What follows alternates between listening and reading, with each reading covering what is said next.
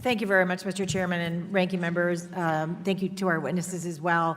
This is such an important issue to talk about retirement security. I want to reiterate what I know is in the written testimony about the importance of Social Security and preserving Social Security, which is really a foundation on which to add. We know that working families across Oregon and across the country should be able to retire with security and dignity. And unfortunately, that's not a reality for too many families that lack access to a retirement savings plan through their employer. They may be struggling already to make ends meet. According to the Department of Labor, nearly 40 million private sector workers do not have access to retirement savings plan through their employer.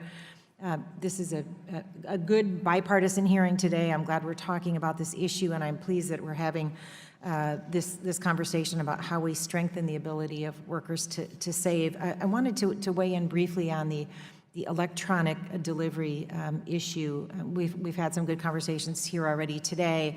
As someone with a consumer protection background and as someone who spends a significant amount of time with my 89-year-old mother who doesn't do electronic anything, we need to make sure that we are having options. I'm a little concerned about having electronic be the default, but certainly having it as an option for people who choose is important. So there's a lot of potential, and I know the savings could be used for beneficial purposes, but let's make sure that we get the balance right and the privacy issues are addressed. And thank you, Mr. Avery, for mentioning my home state of Oregon. We've been a national leader in helping workers save for retirement. We offer a high-quality savings plan to every Oregonian who doesn't have access through their employer.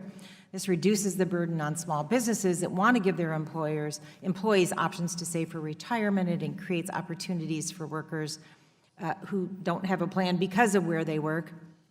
As of May 9th, 834 employers have registered, and 35,313 of their eligible employees have enrolled. Participating employees have already saved more than $2.9 million, and this is a fairly new program that's in effect. That's just in a few months. So I've introduced the Preserve Rights of States and Political Subdivisions to Encourage Retirement Savings, or PROSPERS Act, to support states like Oregon that have created innovative programs to help workers save for retirement and carry their savings from job to job. It would allow states and cities who sponsor their own retirement plans for residents who work in the private sector but are not offered any retirement plan for their employer. So I hope this subcommittee and this Congress can get that enacted. Dr. Avery, a successful way to get people to save for retirement is for workers to be enrolled in a workplace retirement plan that makes automatic deductions. How can we further reduce the barriers for workers to enroll in retirement savings plan in our evolving 21st century economy? What are some other ways we can break down those barriers?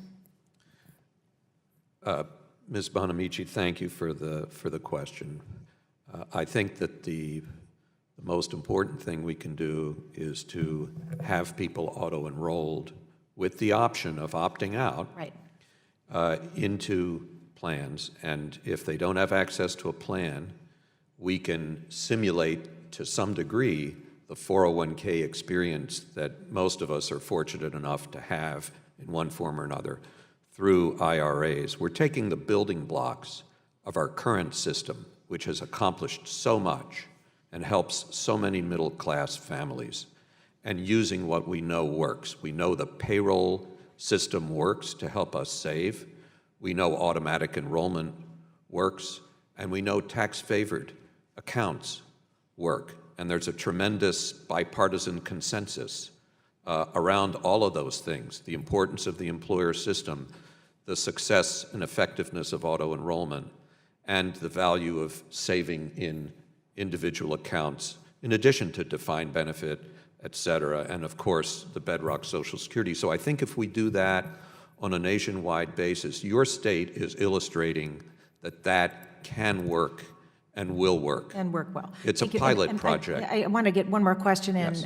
I've been working with my colleague from Indiana, Representative Messer, to introduce the Retirement Savings Lost and Found Act, We know that this generation, the new generation of workers are moving around from job to job.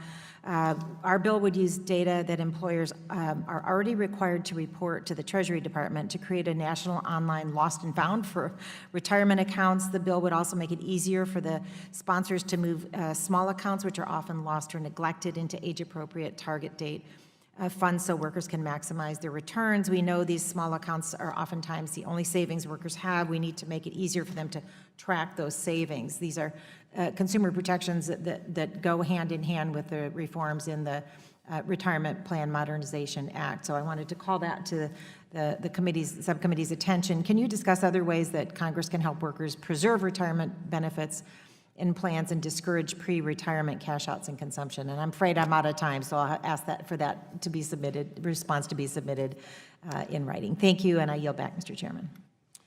I thank the gentlelady. And now